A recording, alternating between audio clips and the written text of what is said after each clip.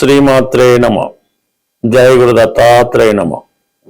మీనరాశి వారికి మార్చి 16 నుంచి 31 మధ్యలో జరగబోయే పక్ష ఫలితాలు పరిశీలించినప్పుడు ఈ నెల ఈ పక్షం 25వ తారీఖు వరకు మీనరాశి అందే శుక్రగ్రహ సంచారం అది ఉచ్చ స్థితిలో ఉండడం వల్ల మాలవ్య మహాపురుష యోగం అనే పంచమహాపురుష యోగం ఏర్పడడం వల్ల జాతకుడు ఒకేసారి తన స్థాయిని పెంచుకుంటాడు. తనలో ఒక విధమైన ఆకర్షణ పెరుగుతూ ఉంటాడు. అది స్త్రీలైనా పురుషులైనా వివాహ సంబంధించిన విషయాల్లో మీరు చేసే వివాహ ప్రయత్నాలు చాలా వరకు ఫలిస్తాయి. గతంలో దూరమైనటువంటి భార్యాభర్తలు కానీ ప్రేమికులు కానీ పరస్పరం మనసులు పంచుకునే వాళ్ళు తిరిగి ఏకమవడం జరుగుతూ ఉంటుంది. ఏదో ఒక విహారయాత్రలోనో ఒక ఎంటర్టైన్మెంట్ కార్యక్రమంలోనో పాల్గొనడం జరుగుతూ ఉంటుంది. ఏదైనా మనసుకి ఆనందంగా సంతోషంగా ఉండే ప్రయత్నాలు చేస్తూ ఉంటారు. ఇష్టమైన మీకు ఆనందాన్ని కలిగించేది అది ఏదైనా ఆ ప్రయత్నంలో మీరు ఉండడం జరుగుతూ ఉంటుంది. అయితే ప్రధానంగా ఇది స్త్రీలకి అలాగే సినిమా రంగంలో సినిమా ఫీల్డ్లో ఉన్నవారికి కంప్లీట్గా మంచి గుర్తింపు రావడం జరుగుతూ ఉంటుంది. అలాగే స్త్రీలకి ఉద్యోగ ప్రయత్నాలు చాలా వరకు ఫలిస్తాయి.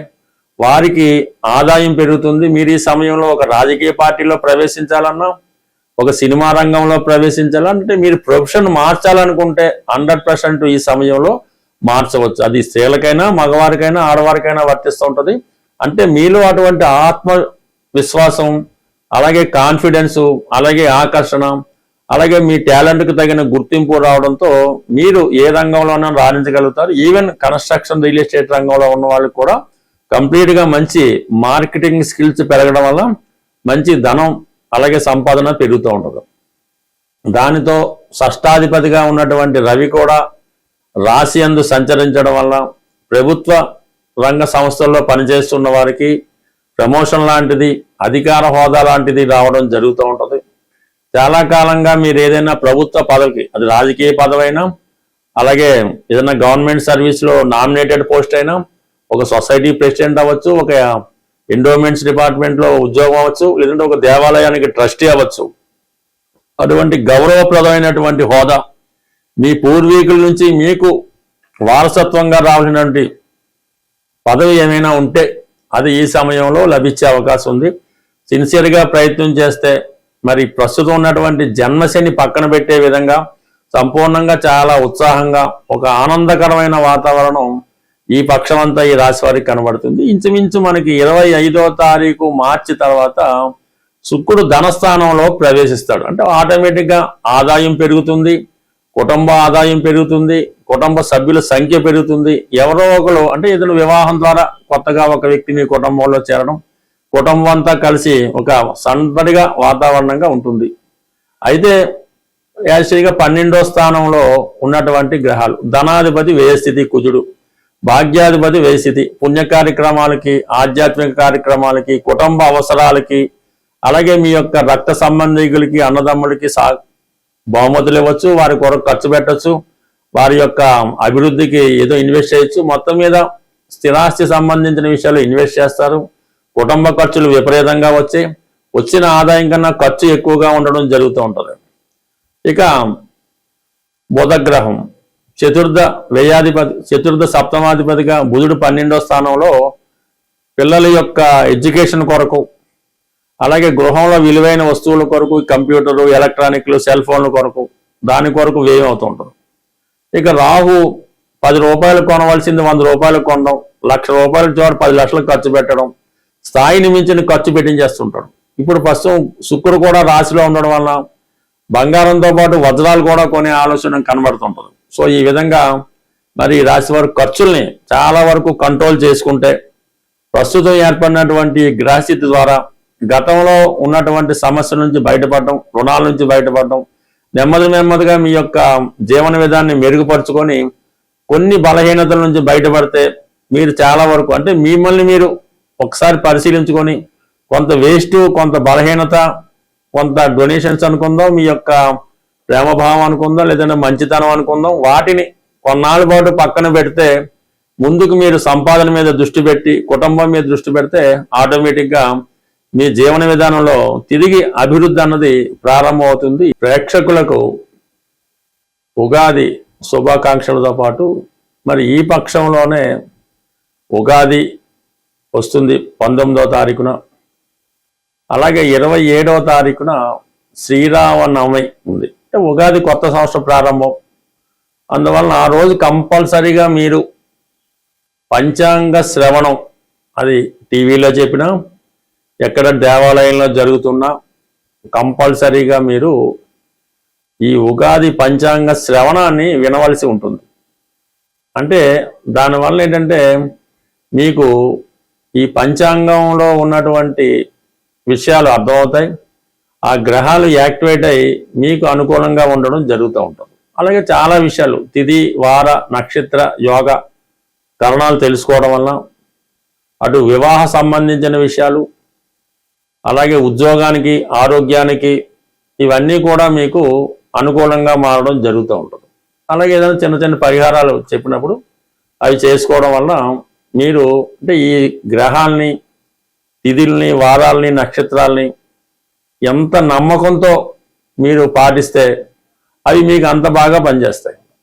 ఉదాహరణకి ఏదో ఈరోజు ఆదివారం రోజు చాలా నియమంగా ఉండాలి, సూర్య నమస్కారం చేసుకోవాలి, దానివల్ల మనకి మంచి ఆరోగ్యం వస్తుందని నమ్మకంతో చేస్తే ఆ ఫలితం మీకు 100% వస్తుంది.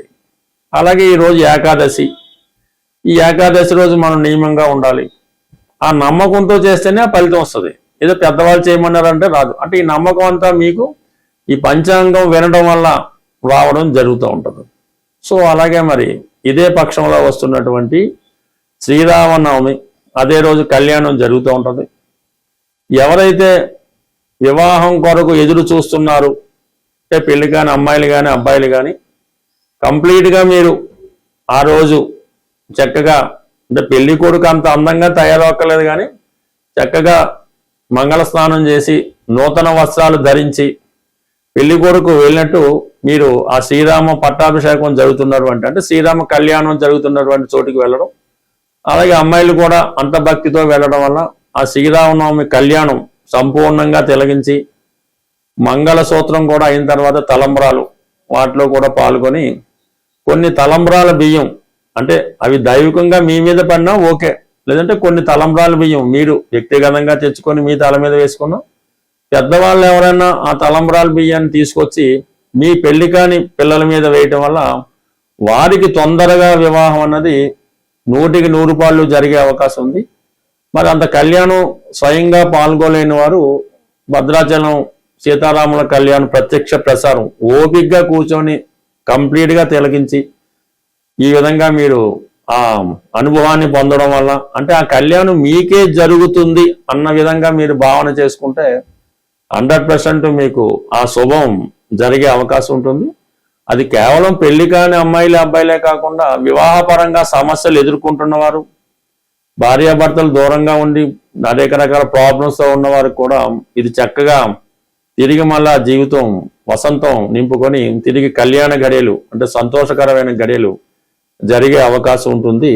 ఇదే సమయంలో మీకు ఇంకొక చక్కని పరిహారం ఏంటంటే, ఎవరైతే ఉద్యోగం రాక నిరుద్యోగ సమస్యతో ఎదురవుతున్నారో వాళ్ళు ఈ శ్రీరామ పట్టాభిషేకం ఫోటో పెట్టుకొని మీరు చక్కగా ఒక ఇంట్లో ఏవైతే ఆహార పదార్థాలు వండుకుంటారో వాటితో పాటు చక్కగా వంకాయ కూర, ఒక మంచి శ్రేష్టమైన వంకాయలు తెచ్చి వంకాయతో కూర తయారు చేయించి ఆ వంకాయ కూరతో కూడిన నైవేద్యాన్ని ఈ భరతుడికి పెట్టినట్టుగా మీరు భావించాలి. అంటే మిగతా వాళ్ళు కూడా పెట్టచ్చు, ఈ భరతుడికి ఈ వంకాయ కూరతో కూడిన అన్నాన్ని నైవేద్యంగా పెట్టి ఆ భరతుడిని మీరు ప్రార్థించడం వల్ల, ఈ భరతుడి యొక్క అనుగ్రహం పొందడం వల్ల తొందరగా ఉద్యోగం వచ్చే అవకాశం ఉంది.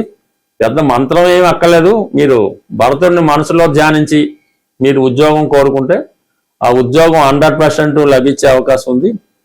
లేని పక్షంలో ఈ వంకాయ కూర చక్కగా వండి ఆవుకి పెట్టడం వల్ల కూడా నిరుద్యోగ సమస్య నుంచి బయటపడే అవకాశం ఉంది. అయితే ఇది చాలా నమ్మకంతో చేయవలసి ఉంటుంది. అలాగే మరొక చిన్న విన్నపం ఏంటంటే, మన హైదరాబాద్లో ఈ మార్చి నెల 29వ తారీఖున ఒక జ్యోతిష్య మహాసభ జరగబోతుంది. దాన్ని సెమినార్ అని కూడా అంటారు.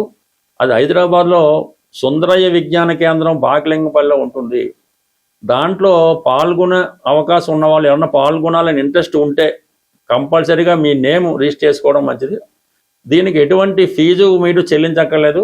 మీకు కావాల్సినటువంటి భోజన సదుపాయాలు వగైరా వగైరా సంస్థ వారే ఖర్చులు పెట్టుకొని జ్యోతిష్యాన్ని ప్రచారం చేసే ఉద్దేశంతోనూ మరి కొంతమందికి ఈ ఉగాది పురస్కారం ఇవ్వాలనే ఉద్దేశంతో నిర్వహిస్తున్నారు. కాబట్టి అభిమానం ఉన్నవాళ్ళు తప్పనిసరిగా ఈ జ్యోతిష మహాసభలో పాల్గొంటారని ముందుగా మీ పేరు రిజిస్టర్ చేసుకుంటే దానికి తగ్గ ఏర్పాట్లు సంస్థ వారు చేసుకునే అవకాశం ఉంటుంది. స్వస్తి.